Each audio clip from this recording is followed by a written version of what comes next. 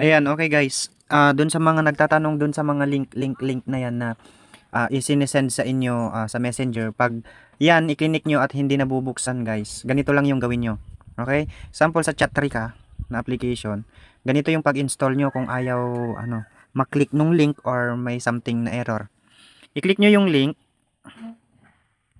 Ayan. Then pagka-click nyo kasi ng join, page can't be loaded ang nakalagay, di ba? So, ang gagawin nyo, punta kayo dito sa tatlong dot sa taas. Ayan, i-click nyo yan, then open with. Pindutin nyo yan, open with. Ayan. Ito, open with browser. Basta pindutin nyo to, open with browser yan. Itong pang-apat, 1, 2, 3, 4. Basta may open with. Yan yung pindutin nyo. Ayan. Tapos, ayan na. Then, i-click nyo na ulit yung join.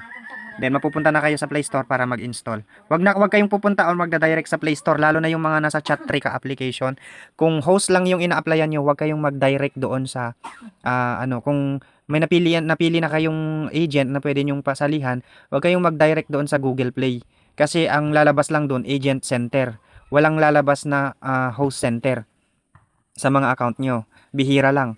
Kaya pag mag-direct kayo sa application na mag-install, hindi kayo madadirect doon sa agency na pupuntahan nyo, kundi